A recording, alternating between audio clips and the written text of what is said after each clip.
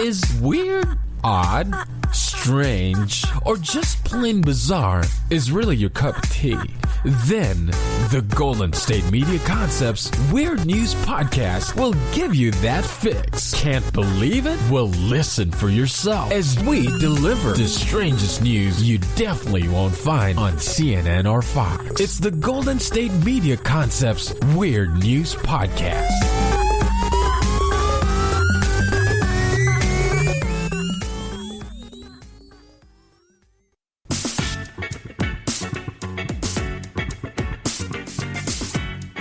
Ladies and gentlemen and all the kind creatures out there, welcome to another episode of the GSMC Weird News Podcast, brought to you by the GSMC Podcast Network.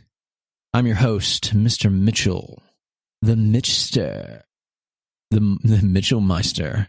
I don't know. Okay, I'll stop. So I hope everybody's having a really good week. It's been a really busy week for me, right?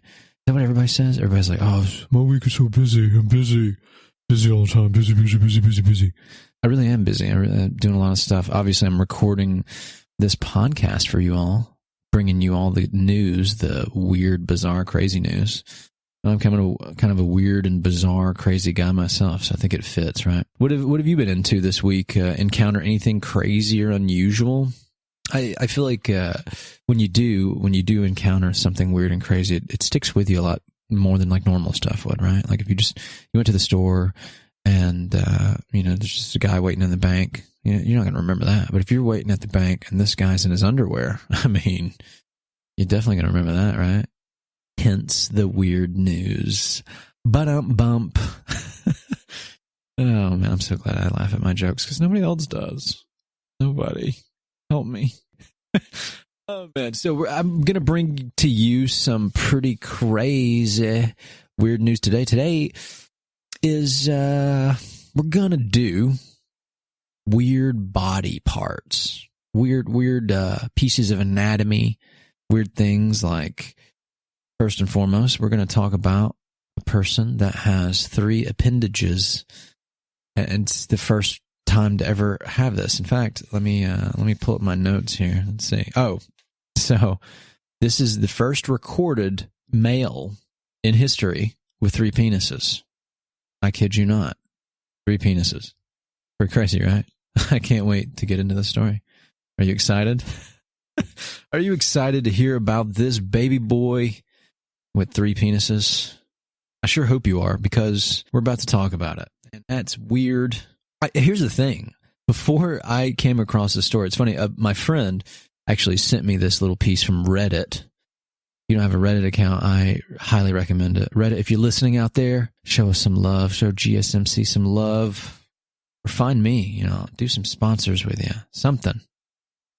Anyway, yeah, my friend sent me this from Reddit, and it's pretty crazy. I did not know myself, personally, that there's people out there with 2 penises.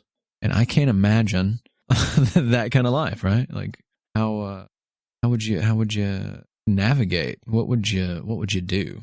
Think about it right now. Before we get into the story and I really get into the meat and potatoes of it, think about that. If you're a gentleman, you had 3 penises. Like, what would you do? I think for the most part, these other penises are like vestigial organs, meaning they don't work. They're just there for looks. Probably not for looks, right now. So, baby born with 3 penises makes medical history. This is this specific post I'm reading. It came out of Reddit, but this is from the New York Post, actually. So, if you would like to check this out, Google it up. New York Post, baby, 3 penises. Good things come in 3s. I thought they were like bad things come in 3s, right? When people die, like 3 people die or something. Let me know if that's you've heard the 3 good things come in 3s. Tell me. Say something on Twitter to us, GSMC, Twitter or Instagram. Let me know if that's a thing. An Iraqi boy no doubt etched his name into the phallic hall. I love the wordplay there. Phallic. Hall of Fame after he was born with a whopping trio of penises. I'm sure I shouldn't be laughing. I can't help it. To the best of our knowledge, this is the first reported case with 3 penises or triphalia wrote Dr. Shakir Shalim Jabali in a study on the treble-membered tyke published in the International Journal of Surgery Case Reports. The baby boy, a Kurd from Duhok, was originally brought to the hospital by his parents when he was 3 months old due to the swelling in his scrotum. However, when he arrived, doctors observed that he had some extras. 1 2-centimeter member sprouting near the root of his primary penis. I'm sorry. Okay, I'm gonna giggle a lot through this, so sue me, whatever. And another 1 centimeter long schlong. Who's writing this? Whoever's writing this, I'd love to buy you a milkshake, please. Oh my! I'm gonna read this again because this is funny. All right, 1 2-centimeter member sprouting near the root of his primary penis. And another 1 centimeter long schlong situated under his sack. Okay, all right, where was I? The Hydra-esque anomaly was particularly mysterious as the child hadn't been exposed to drugs in the womb and didn't have a family history of genetic aberrations, study authors reported. Alas, it seems that the boy's potential future as the world's first 3-pronged porn star was nipped in the bud. It's like I wrote this article. I love it. Since 3 Willie's additional phalluses, didn't have urethras, the tube that urine passes through, doctors decided to surgically remove those 2. Fortunately, the operation went swimmingly, and the former triphallic tot was deemed problem-free during a follow-up appointment a year later, per the case report. A similar instance of triplet nether regions made headlines in India in 2015, but couldn't be verified as it wasn't documented in a medical journal, the Daily Mail reported at the time. However, despite boasting the only recorded case of triphallia,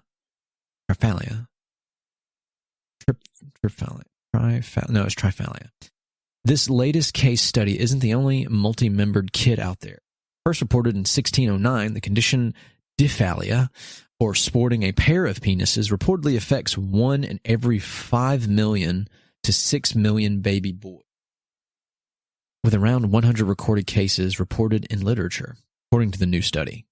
And unlike this latest penile patient, some of these akimbo organs can reportedly both ejaculate and urinate, suggesting that 2 heads might indeed be better than 1. In fact, one anonymous soul dubbed Double Dick Dude, I'm reading this is what it says, went viral in 2015 after it was revealed that he boasted dual 10-inch long functioning penises. How about them apples? This guy had 2 10-inch long workable penises. My question is did he only have 1 pair of testicles or did he have 2 sets? Because how would they, I don't know. I guess I'm digging a little too deep. Anyway, doctors have yet to pinpoint the cause of the phallic deformity, but they have linked it to other congenital aberrations, such as being born with 2 scrotums or anuses, according to the World Health Organization research. How about that? First person recorded in history. 3 peepees. 3 penises. That's wild, man. That is wild. And I assume that most of them would be vestigial, right? Like they don't work. But then there's that other study about the guy that had 2 penises and they both were completely functioning. I don't know. There's so many inappropriate jokes I want to make right now, and I'm not exactly sure if I can make them. So I won't. This is something I have to talk to my producer about, I guess. But furthermore, that is pretty crazy, right? 2 penises, 3 penises, penises everywhere. All right, I'm gathering myself. Man. All right, I'm going to read another story real quick before we take a little break. This thing is about a guy that had, I think, a bad infection of some sort, and it's kind of like elephantitis, but I don't know if this is the actual case for this specific individual. But apparently he had some issues with his testicles, and they swole the size of a basketball. It was some rare condition. I'm not sure if it's the elephantitis, though. And for people that are wondering what elephantitis is, I can tell you what that is. I'm just going to look it up here real quick.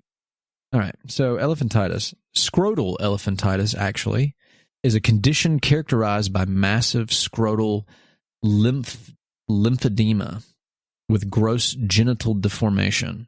It is rarely encountered in developed nations. It occurs in tropical regions where filariasis is an endemic. Okay, so hopefully that explained to people what elephantitis is. It's like an infection that spreads and makes. Yeah, it's caused by some kind of infection. That actually didn't give a really good definition of it. Huh. Yeah, just look up elephantitis. It's like an infection that happens in third world countries where parts of your body swell incredibly huge. Like an elephant. Like people get it in their leg and they look like they have an elephant leg. Pretty crazy stuff. So, onto the story about the guy with the scrotal issues. Here we are. Man's testicles swell to soccer ball size, basketball size. I love the way these people that write these. I guess if you're writing an article about something that's this crazy, right? You've got to have a sense of humor about it. So, why not? All right, he's got some real cojones, and not in a good way. A Panama man shocked medical professionals after he showed up at the hospital with testicles as large as soccer balls. Their massive size was the result of a rare condition that required doctors to perform emergency surgery to relieve him of his burden. 43-year-old man, unnamed, had been transported to the hospital with a fever and 2 gaping gashes in his sports sack-sized scrotum. Oh my gosh. Which were leaking putrid pus. Ugh. Ugh. I'm so sorry if this episode's grossing you out, but hey, weird news coming at you. Not much was known about the patient's medical history because he hadn't seen a doctor in 30 years. According to an abstract published in the Medical Journal of Urology case reports. During that time, his genitals had swelled to a behemoth 7 pounds and measured a foot around, larger than a regulation basketball.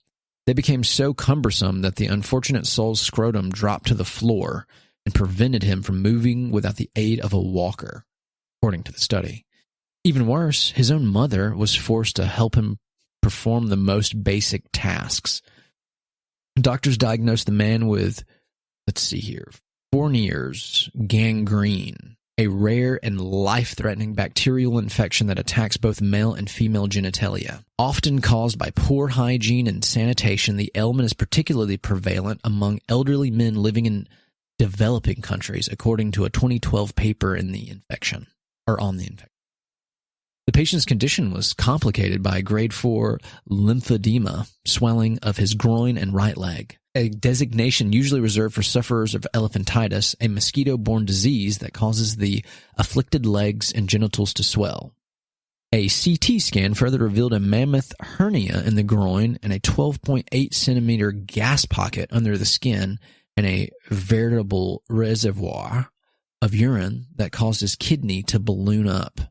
The doctors were forced to cut his penis lengthwise to insert a catheter after attempts to insert it into his urethra were thwarted by his engorged gonads. The abstract reports that after several days of intravenous antibiotics, his wounds appeared to be improving, but dressing changes and a wound vacuum were too painful. Some doctors decided to effectively give him scrotal plastic surgery to repair his damaged nether regions.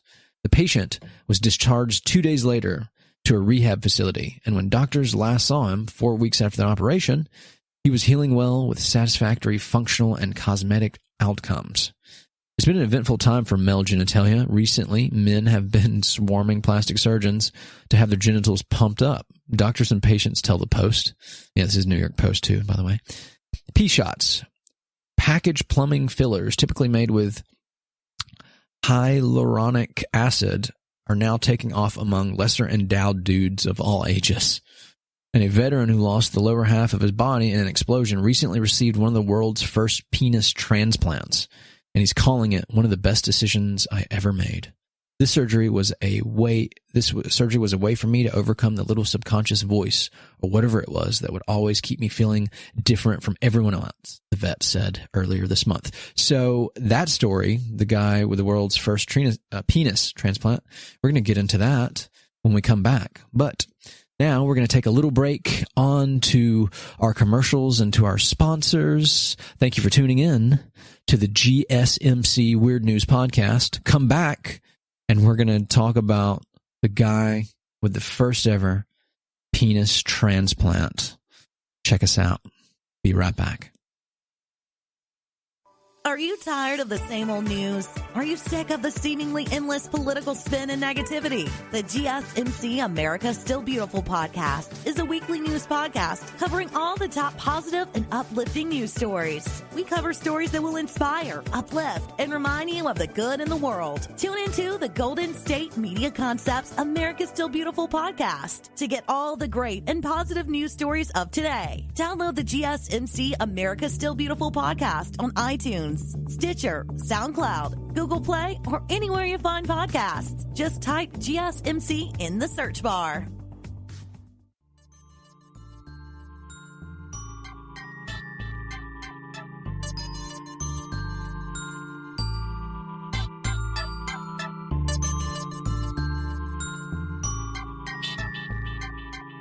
Hello, everyone, and welcome back to the GSMC Weird News Podcast. I'm your host, Mitchell. If you're just joining us, the last segment, we were talking about the first ever male baby born with three, 1, 2, 3, uno, dos, tres, penises, 3 penises. Quite some crazy stuff going on there.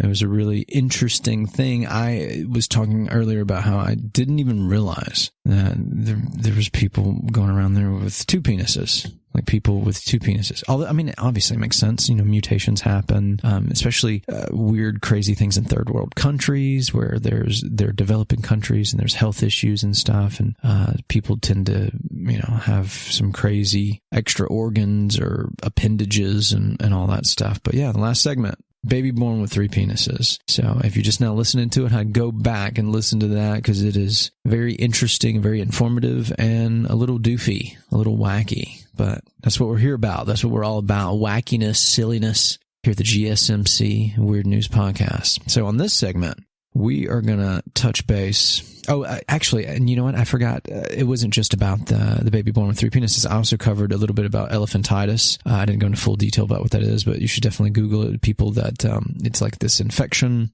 It creates like this fluid buildup in the body, and it affects like different parts.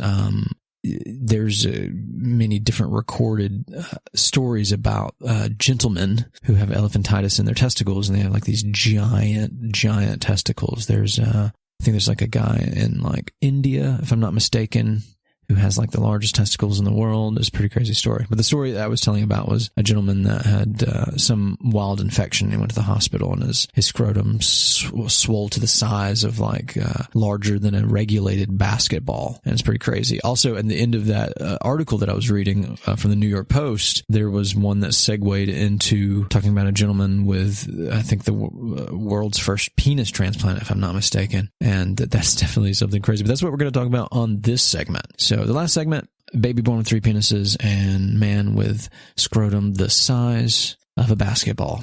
Pretty wild stuff. So on this one, so this gentleman was a veteran, right? He was a veteran. He was in the military, and through some crazy, wild circumstance of getting an injury, he lost his male organ. And he apparently got a transplanted one. I got to tell you, I've never heard of this one before. I've never heard of someone having a penis transplant. It's pretty crazy, but let's get right into it. So, veteran gets groundbreaking penis transplant after losing his in an Afghanistan blast. A veteran who lost the lower half of his body in an explosion has received one of the world's first penis transplants, and he's calling it one of the best decisions I ever made. 9 years ago, a U.S. Navy corpsman was tending to wounded soldiers after an ambush by Taliban fighters in Afghanistan when an IED detonated beneath him. It took away his legs as well as his genitals. I remember everything froze and I was upside down, said the man, who is referred to as Ray, in an interview with MIT Technology Review. I remember thinking a quick thought, this isn't good.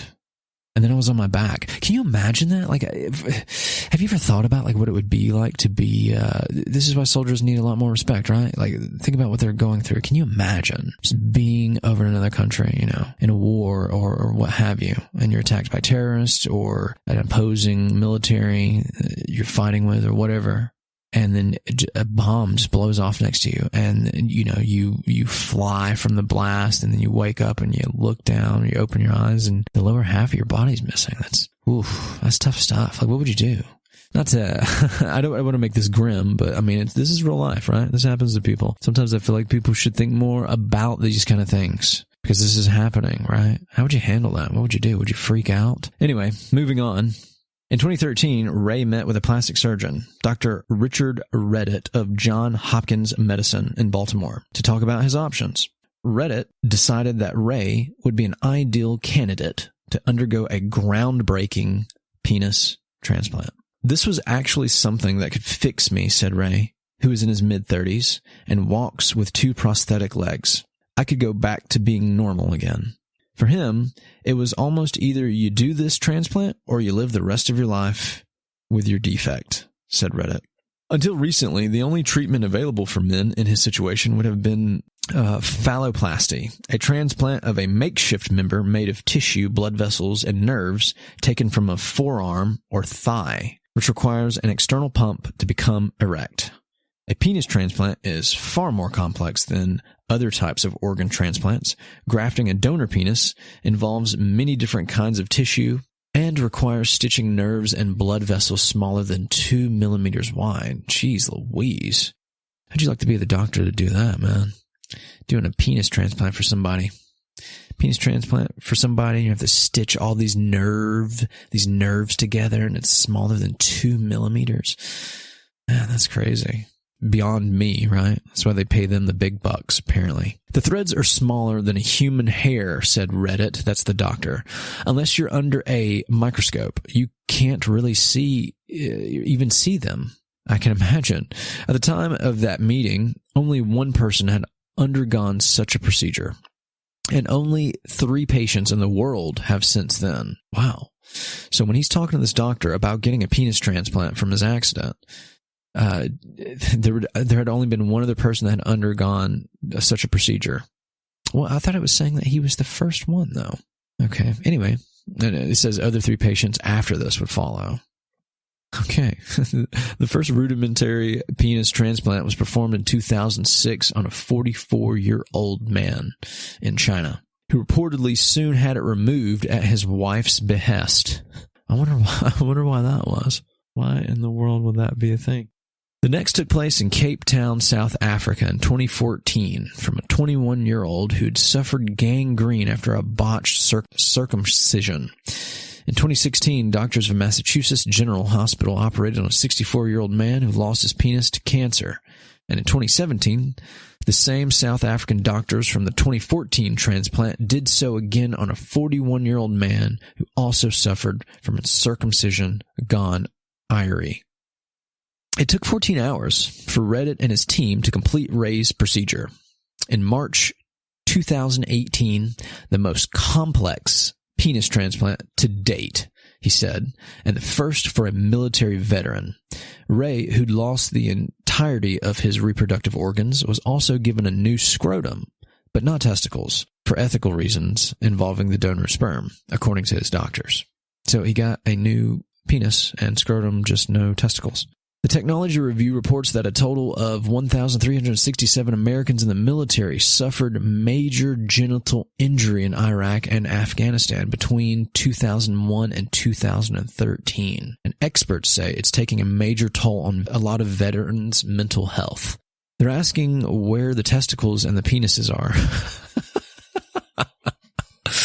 You got all these military guys that lost their appendages, their baby making instruments, and they're like, "Hey, we want new penises and testicles. What's going on here?" Can you imagine, like, if there's like a shop, right? You're walking by and there's like a bazaar, little wooden tiki looking hut thing, and the guy's selling penises and testicles. He's just like, "Hey, buy one now, get the second set half off." Oh my gosh. You can't put a number on how significantly this affects one of these wounded warriors' lives. However, some doctors, such as Dr. Hitan Patel, a chief resident at the Johns Hopkins Brady Urological Institute, argue the procedure is medically unnecessary. Patel said a penis transplant lacks both life-saving and life-enhancing properties when compared to a readily available alternative in phalloplasty. So I guess this doctor is like talking about how like he's speaking against the penis transplant. He's going more for phalloplasty, which is where they kind of like construct a new penis from tissue matter, nerves, and different things using other parts of the body, like it said earlier, like in a forearm or a thigh. But also, here's my question about this, right? Like this other doctor, Dr. Patel, he's arguing it. But is he arguing it specifically because he believes that it lacks life-saving and life-enhancing properties, or that it's not as scientifically or medically sound? Or is it because he promotes the alternative, which is the phalloplasty, which is them just creating a new penis out of tissue and all that other stuff? That's what my question is. Is he arguing it for actual, like, legitimate medical reasons, or is he arguing it just because it's like competition? It's competition for his practice, his line of work, creating pseudo penises. That's what I wonder. Or maybe is it a little bit of both? It is because of the competition, and it is because it's not as medically sound. I don't know. Let's see. Considering an estimated 41% of veterans deployed between 2001 and 2007 were more likely to contemplate suicide, a devastating, lingering trauma like this could mean life or death long after physical recovery. Wow, really? Is that based on... I wonder what that stat is based on, though. A lot of men... I mean, it's the thing that distinctifies a man and reproduction and all that stuff, I guess. I mean, what are your thoughts? You know, if you're a gentleman, your stuff gets blown on, you want to get a penis transplant? Would you sign up for that? I wonder, like, what the stat on that, how many guys they should do a study on that. How many guys pick to do a penis transplant, or, you know, full genital transplant for any kind of injury or issue that cost them theirs? This surgery was a way for me to overcome that little subconscious voice or whatever it was that would always keep me feeling different from everyone else, said Ray, who did consider suicide himself. It was one of those injuries that really stresses you out and you think, why would I keep going? I guess I always just kept this real hope that there's an answer out there. For him, it was almost either you do this transplant or you live the rest of your life with your defect. That was a quote from Dr. Richard Reddit from earlier. Transplants usually require a lifetime of immunosuppressive medications to help the patient's body acclimate to the foreign organ. But doctors developed a new approach to ease Ray's transition. In 2014, the South African patient who received a penis transplant had to have half of his new organ removed after he stopped taking the multiple immunosuppressant drugs, and his body rejected the grafted penis. Ray's unique treatment involved an injection of the bone marrow cells from his donor, and now he only needs one pill a day. Alongside maintaining a stringent hygienic regimen, such as washing hands frequently, it's kind of like re-educating the immune system, said Dr. Gerald Brandacher, scientific director of the Reconstructive Transplantation Program at Johns Hopkins. It allows us to minimize the need for immunosuppression, but not completely stop it. In the 6 months since surgery, Ray said he's seen improvement over time and is just now getting sensation back in his transplanted penis. Whoa. And this was on... I would love to do a follow-up on this. This was written in October of last year. So I wonder if this gentleman, Mr. Ray, has gotten any more sensation, or if he's actually gotten an erection, or is he having better, is he being able to urinate and do all the natural things that he was able to do before with his original appendage? It's very interesting, right? I know it's kind of crazy. People can roll their eyes at this. Obviously, they're talking about a penis transplant. It's silly. It's weird. It's unusual. But also, it's fascinating, right?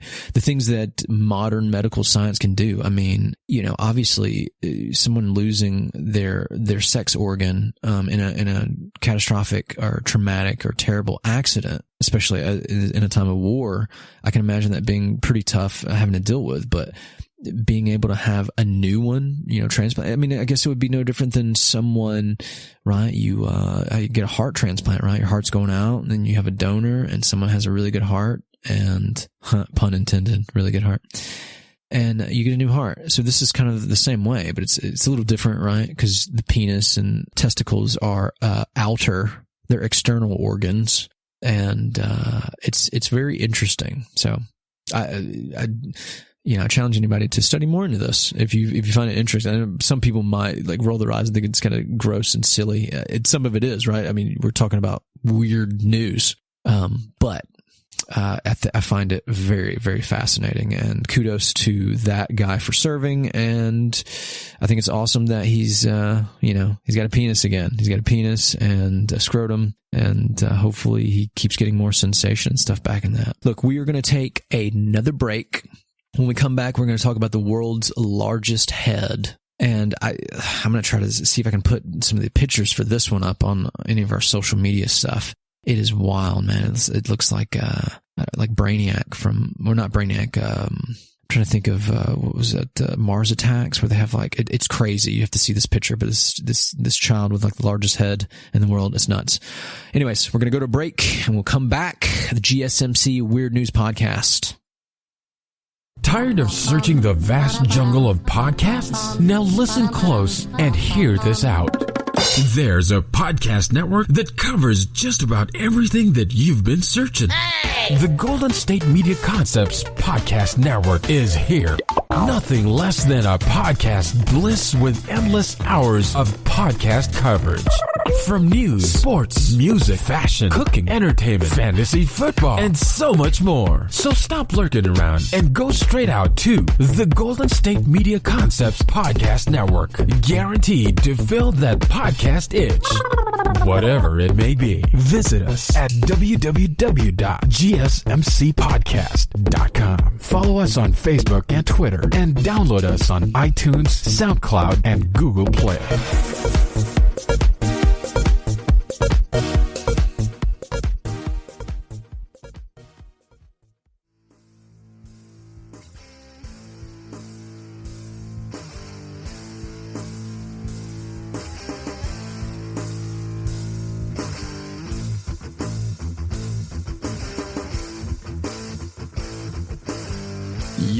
Yo, check it out, yo.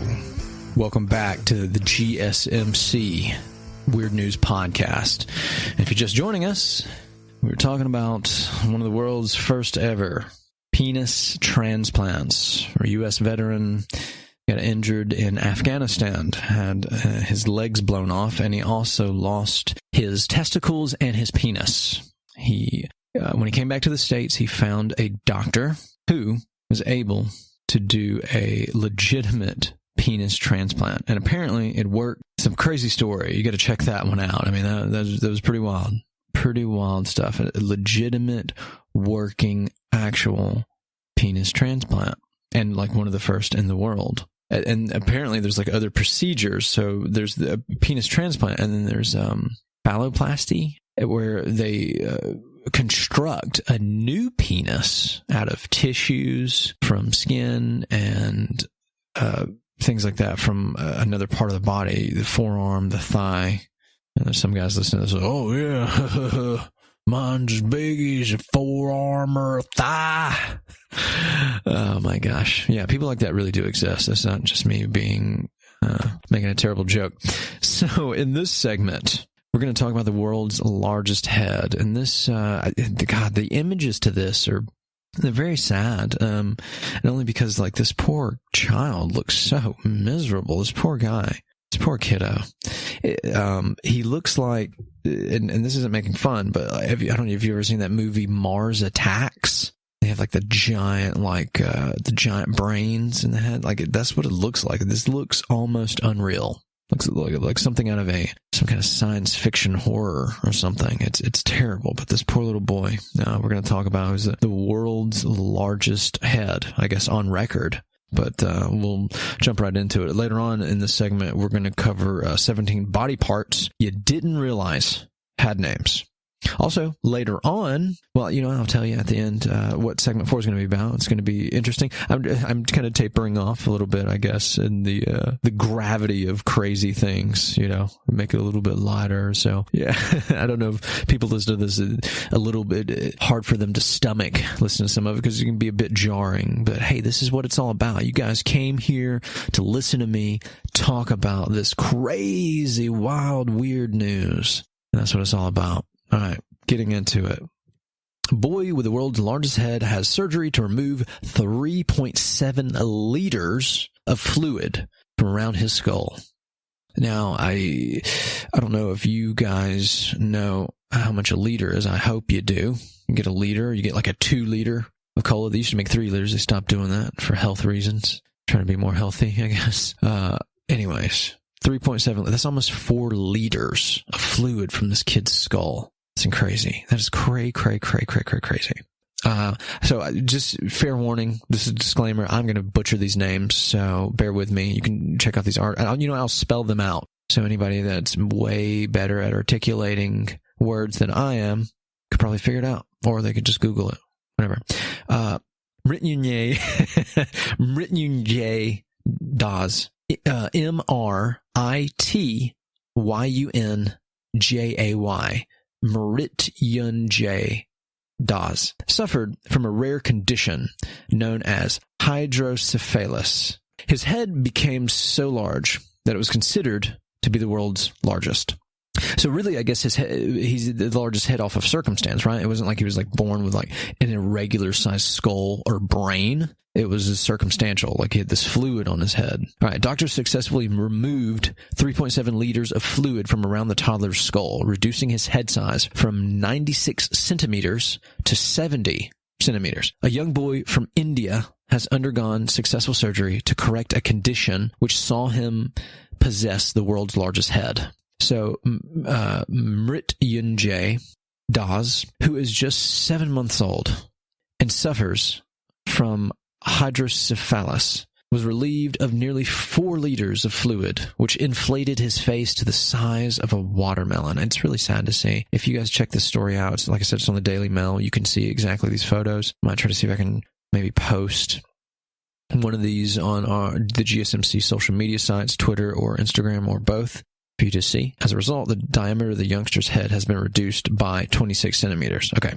from 96 centimeters to 70 centimeters over 6 weeks of treatment. Record breaker. Dr. Dilip Parida, superintendent of the AIIMS hospital at Bhubaneswar, said, I'll spell that out real quick too. Bhubaneswar. The child was admitted with us since November 20th. The head was containing almost 5.5 liters of fluid inside that. Until now, we have removed 3.7 liters of fluid by external ventricular drainage. Subsequently, we have placed a stent inside baby's head, which is working perfectly. Is it stunt or did he mean stent? Oh my gosh, this picture of this kid's head. You can see all the veins and all this stuff. This is crazy. It's absolutely wild. It is wild. I wish you all could be seeing what I'm seeing right now. It's just blowing me away. The cognitive functions of the child have improved a lot. He is stable and has responded well to the treatment. However, the benefits will not only be physical. The boy's parents, Kamalesh Das and Kavita, revealed that their family has been ostracized by neighbors in Ranpur as a result of their son's unusual appearance. Kamalesh, 35, who works in Kolkata, said, "People would call our baby a ghost because of his unusual appearance. As his head reduces to a normal size, the attitude of our neighbors and villagers will change. They will stop calling him derogatory names like giant head or ghost baby."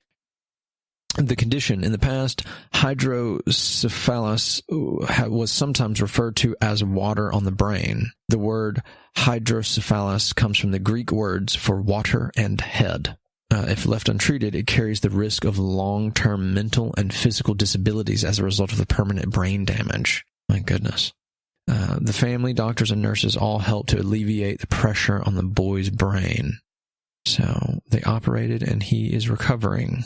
All right, so the definition of what is hydrocephalus is a buildup of fluid in the brain. The excess fluid leads to increased pressure on the brain, which can cause damage to the brain tissue.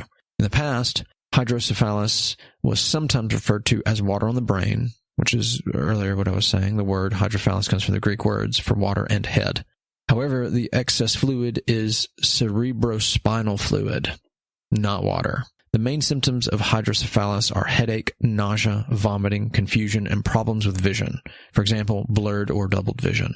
Congenital hydrocephalus present in babies when they're born can be caused by birth defects such as spina bifida, where an infant's spine doesn't develop properly. It can also occur as a result of an infection the mother develops during pregnancy, such as mumps or rubella, German measles. If left untreated, it carries the risk of long-term mental and physical disabilities as a result of permanent brain damage.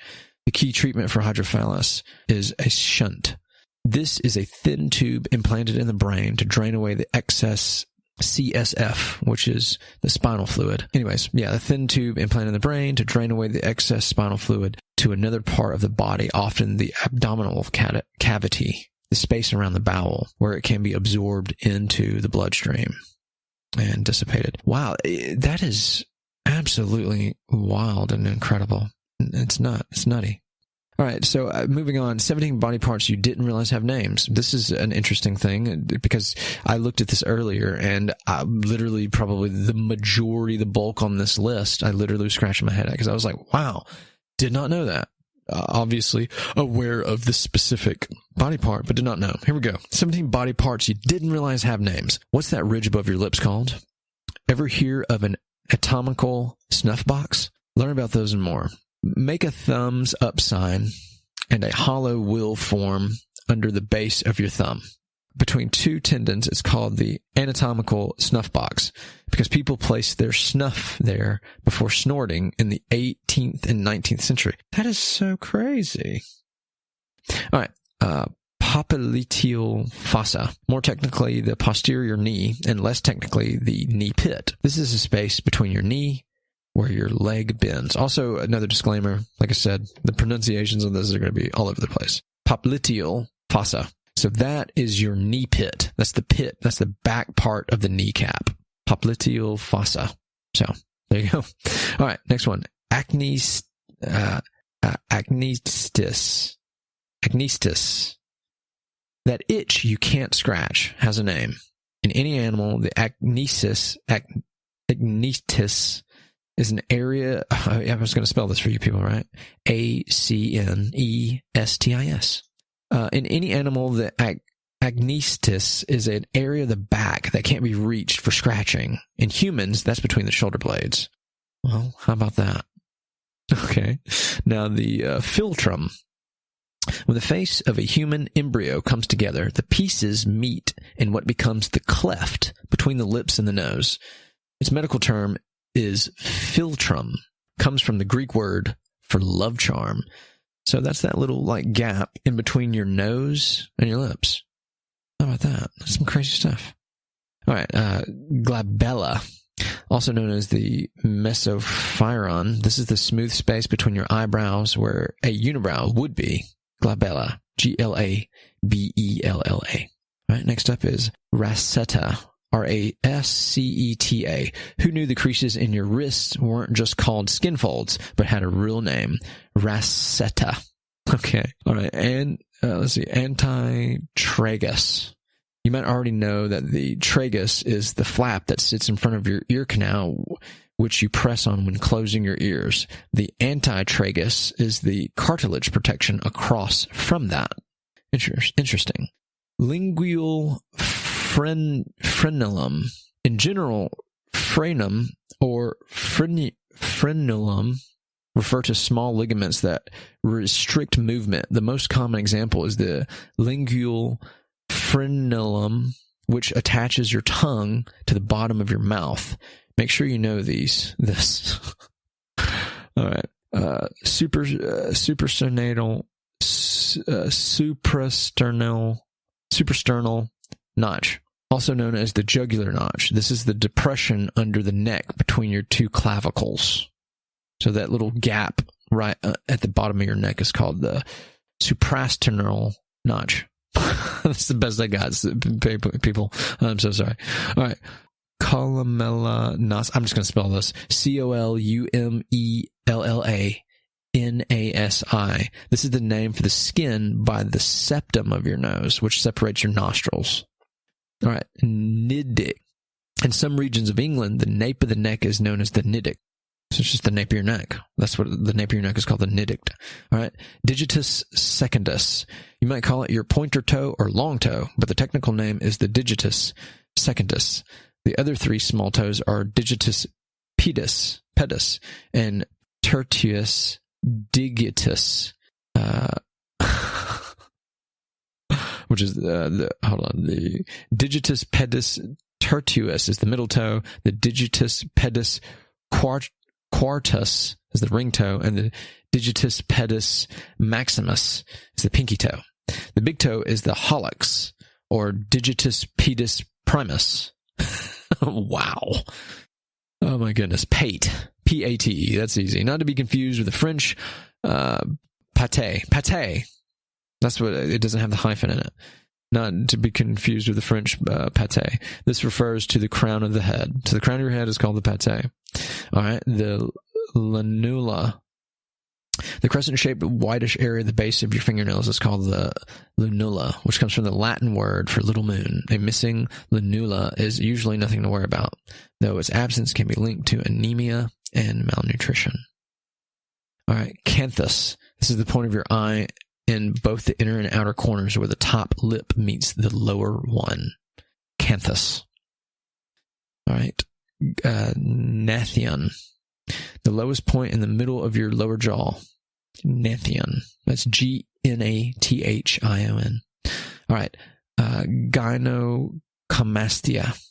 Gynecomastia. G-Y-N-E-C-O-M-A-S-T-I-A. No doubt you usually use the less technical name. Man boobs.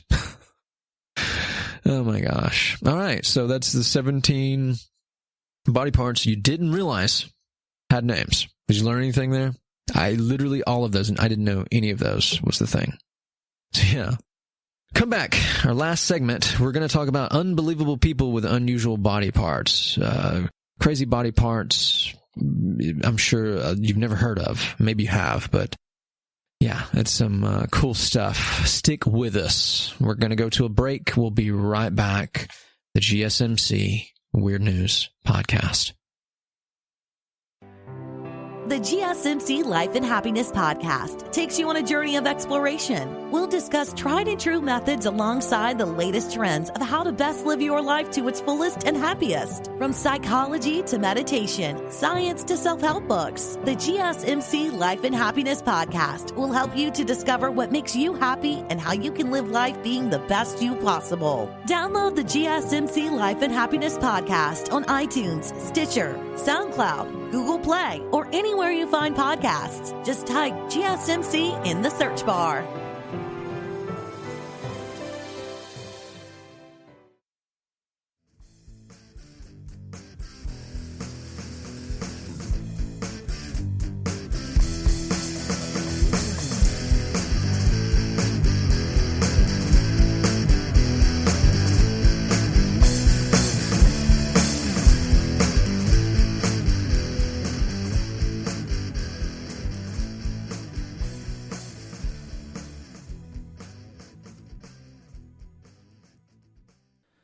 Hey, welcome back to the GSMC Weird News Podcast. I'm your host, Mr. Mitchell, the man, Mitchell the guy, the dude, the weirdo. So if you're just joining us, our last segment, we talked about the world's largest head belonging to this sweet, poor young young boy from India, and he had like 5 liters of fluid on his brain. It's just made his head and his face swell up, and made him look like an alien. It was just very sad, and his parents had to deal with a lot of flack from their village, from people being mean and stuff like that. But he underwent a successful surgery to help get him, to some semblance of normalcy. I don't know if I'm saying that right. Yeah, and then also we discussed 17 body parts you didn't realize have names. Just random places like the little dip in the top of your lip that connects between your top lip to your nose. That little dip right there having a name, and I've actually already forgotten what it was called. So, but go back and check out the other segment, and you can find out.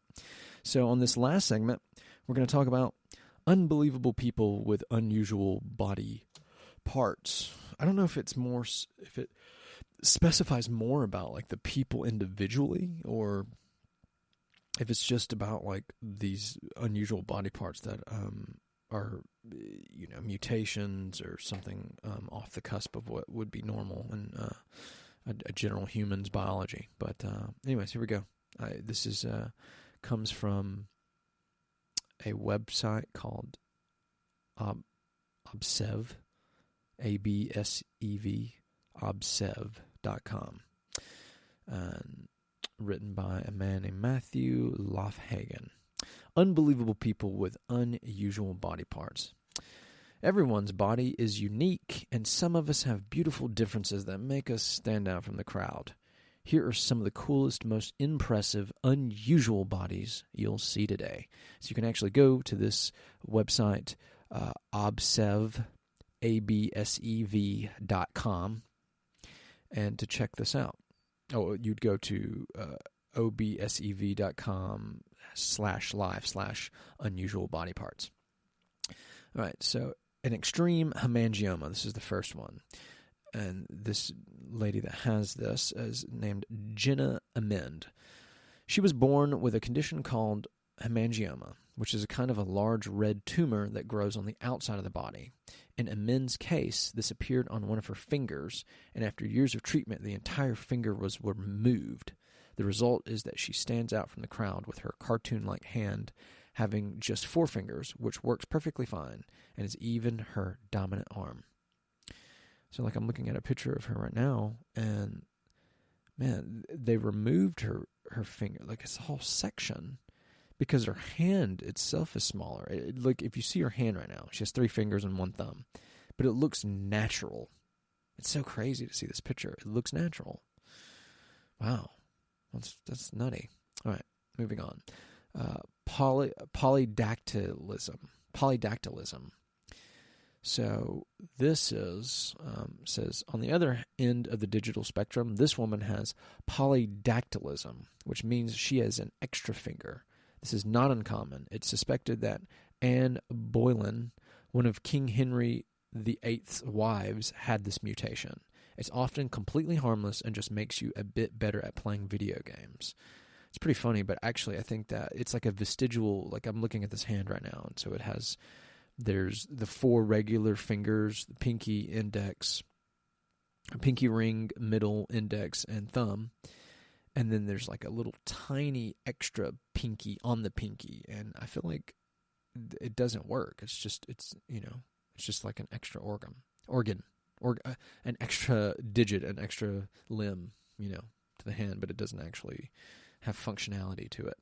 All right, next up, this one is called Waardenburg syndrome. This man's beautiful hair is a result of a condition called Waardenburg syndrome, which unfortunately does have negative side effects. He's deaf in one ear, but at least his beard is really unique. Okay, so this guy on his beard, like he has one side of his mustache on his beard is like brown and the other is white. And then his hair is kind of like, what is that thing called where there's like color fading into another color? It's like ombre or something like that. I don't know. That's what his hair looks like, but it just naturally grows like that. And he's not like an older guy, but he has like white hair and then it like is darker at the bottom. It's a very interesting picture. We definitely have to check this out. I might try to post these on our social media if I can get them on there. All right, so next one is the uncombable hair. And this girl's name is Shalay Madison. She has an uncombable hair syndrome, which is so rare that there's only about 100 reported cases in the world. Shalay's mother, Celeste, has mentioned that her daily routine of taking care of hair is long and painful. We minimize brushing unless it's really needed.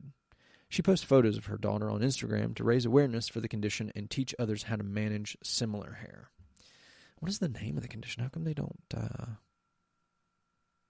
say? It just says uncombable hair, but it doesn't actually give the name of the hair syndrome. Interesting. Anyways, next one, segmental vitiligo. Vitiligo. Victoria has segmental vitiligo, meaning that patches of skin that don't have pigment only affect one area of your body. Segmental vitiligo is less common than other types of the condition and can occur at any point in your life. For this woman, one morning I woke up. This woman. Wait. What is this? Oh, it's a typo. One morning I woke up to a few white hairs in my right eyebrow. I didn't think much of it since I was only a few hairs to begin with. On the emotional side of the condition, Victoria has shared that on the outside I might look confident with my vitiligo, but that's not always the case on the inside. So to describe what this young lady looks like is she has like a normal face. She's a brunette. So like on one side she has like regular like dark brown like eyebrows and her eyelashes are dark. And then on the other side, or literally her other eyebrow is white hair. And then her eyelashes on the other eye, on the right eye, are white. So it kind of looks like she just, I don't know, painted or something, dyed her eyebrow and her eyelashes white on the other side. What an interesting condition. That's kind of crazy. All right, moving on. Okay. Arachnodactyly. Arachnodactyly.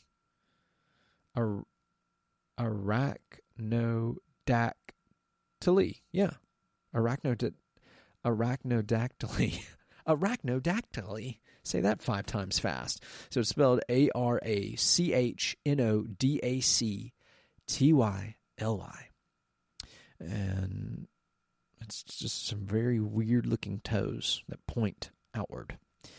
Some people have longer toes than others. This Taiwanese student has shared photos of her foot next to her hand and has also shown how she has quite an impressive range of movement with her finger toes. Useful if you ever need to pick things up off the floor. Yeah, so what it is to describe this picture of the arachnodactyly, this lady, her toes, they point outward, right? But they're also exquisitely long, like they're like very long toes. That's why I was making the comment about it being like fingers. So pretty crazy. It's almost like, I guess, like monkey feet, right? All right, moving on. This next one. This condition is called poliosis. Poliosis. Poliosis. The turf of gray hair on baby Miliana is due to a condition called poliosis. Poliosis. Or poliosis. Poliosis. Yeah, right. Poliosis. Her condition is likely hereditary because her mom sports an identical patch of white hair on the front of her hairline as well. About her daughter's hair, Mother Brianna said, I plan to raise my daughter knowing she is beautiful and special and to not listen to people's mean comments. So describe what this poliosis condition looks like. It just looks like normal hair, but the very point, the hair that grows from the bangs off the front of the forehead, the hair there is just white. It just grows out white. Just that part. Very interesting. All right. Actually, okay, so I've heard of this one before. heterochromia. This is where you have two different colored eyes.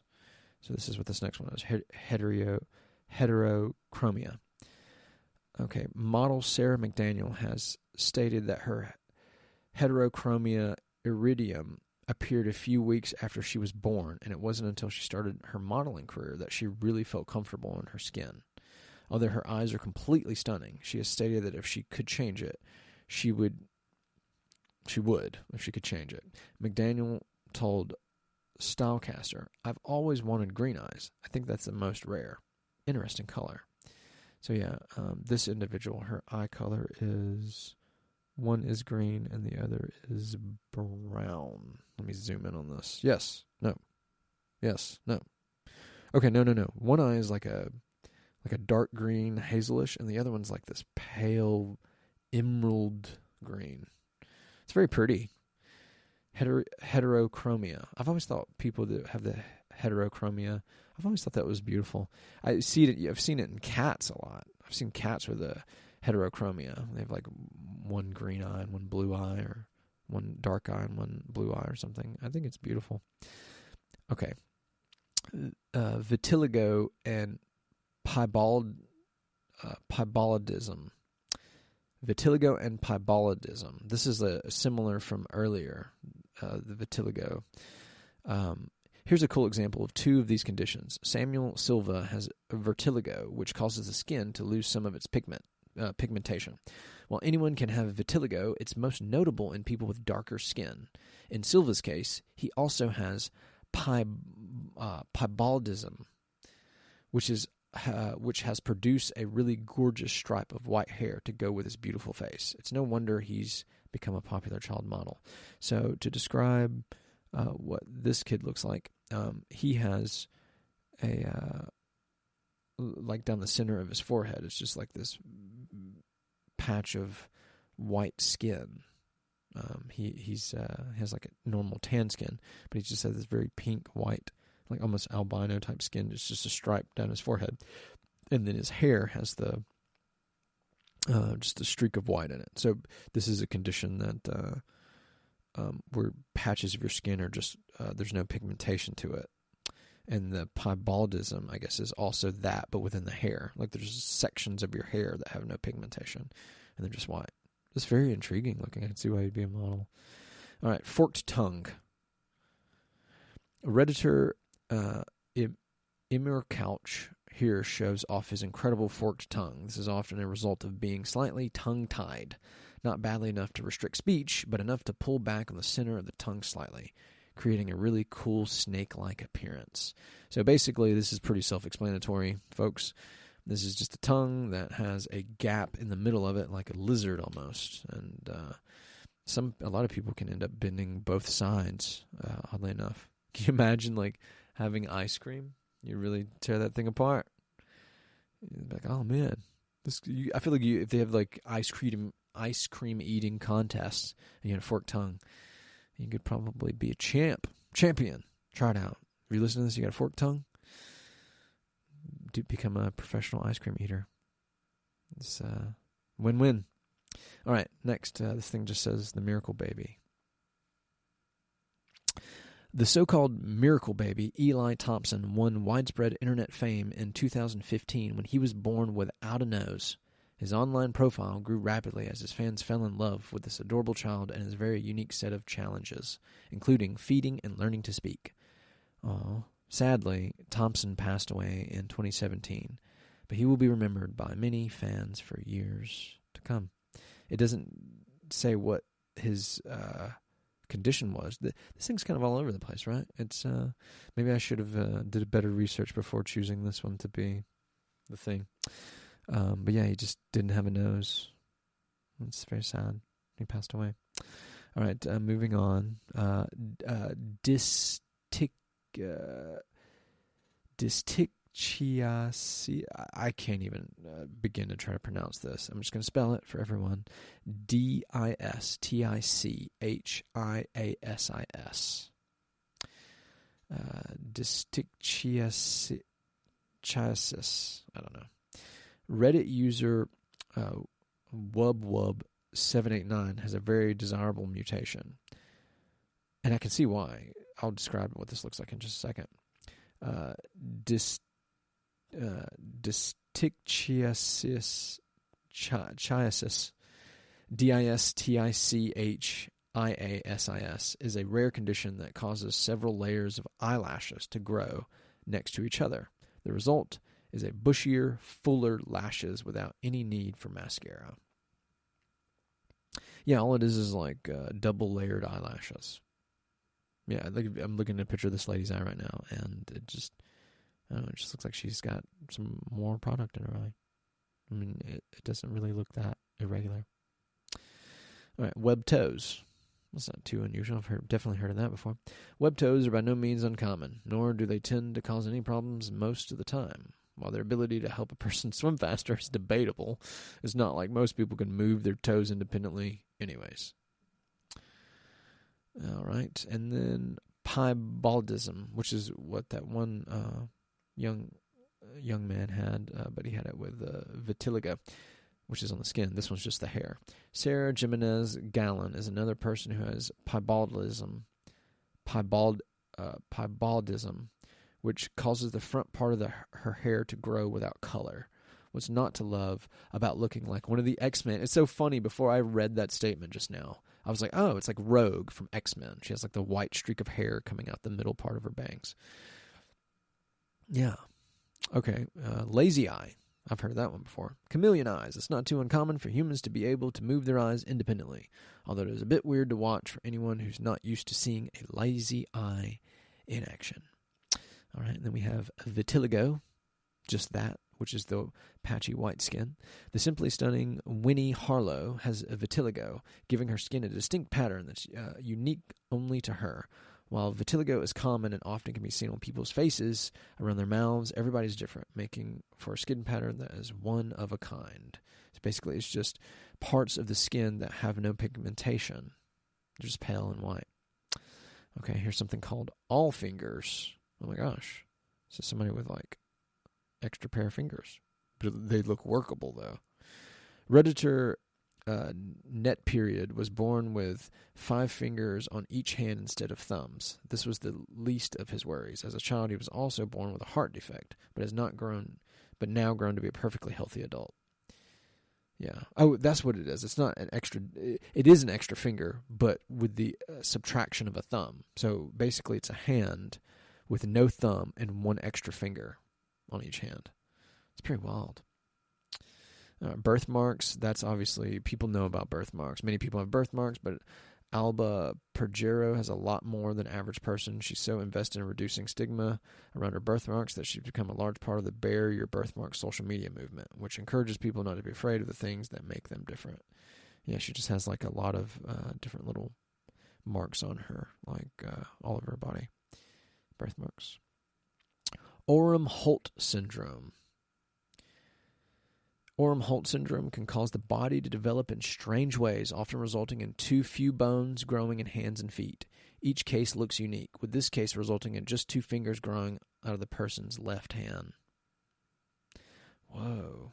It's pretty crazy. Yeah, it's like a person, like the hand I'm looking at just literally has just 2 fingers. 2 fingers and 1 thumb. That's wild. All right. Polycora. I think that's how you say that. Polychorea. Polycoria. Polychorea is a condition in which the eye grows a second pupil on top of the first. Sadly, having 2 pupils doesn't mean having super eyesight. Instead, this can often cause a person to develop limited vision and has been linked to a series of other eye-related illnesses other eye-related illnesses. At least it looks distinctive. It does. I mean, it looks kind of cool, if I'm being honest. It looks kind of cool. Last but not least, actually, no, there's one more. Pointed ear. But this one goes with the last but not least one. Redditor Animarion shared this adorable picture of his newborn son, who, to everybody's surprise, appears to be a genuine elf.